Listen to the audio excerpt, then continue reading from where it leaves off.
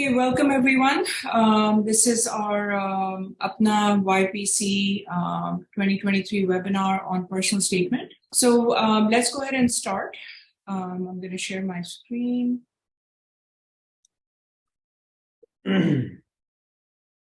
Okay, I will tell you that not much has changed in personal statement writing. Personal statement, as it points out, is a personal statement. It's not a statement of anyone else. So one of the things you might want to think of is that if you're able to put somebody else's name on that statement, then it clearly is not personal. So it needs to have something that is pertinent only to you. The other thing to remember is that personal statement is only one of the aspects of the application format.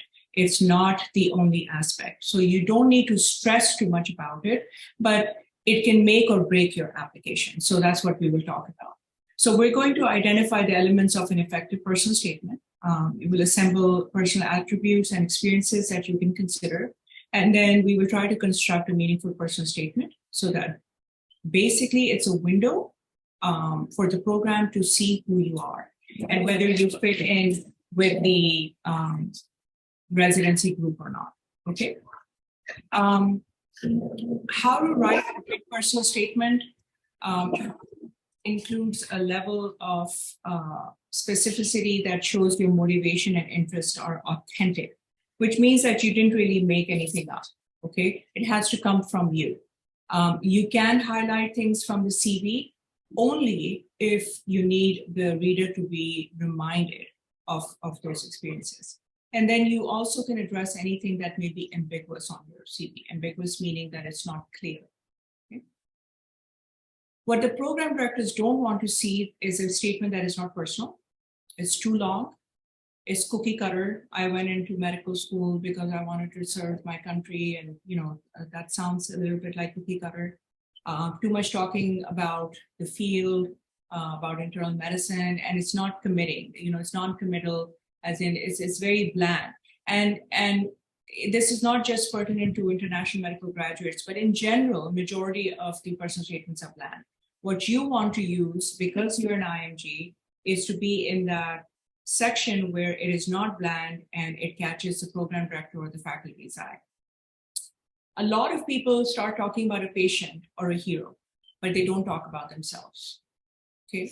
You can talk about a patient or a hero, but you have to talk about how it affects you.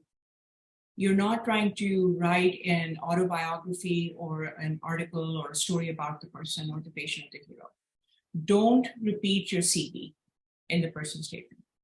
Try to convince us of why the field we already chose is wonderful.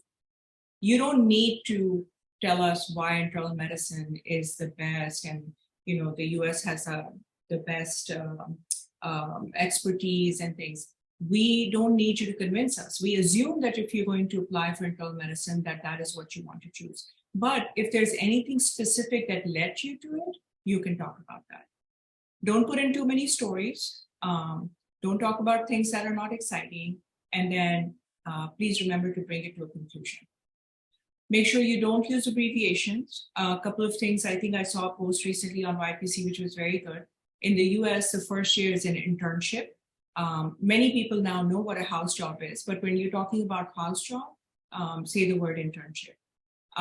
Don't repeat sentence structures. This is mostly grammar. Avoid using jargon. Use simple, short sentences. Don't assume that the reader knows what an acronym is. 8J is house job to us, but it may have no meaning to the program director. Spell everything out. Use your dictionary, spell check, write complete sentences.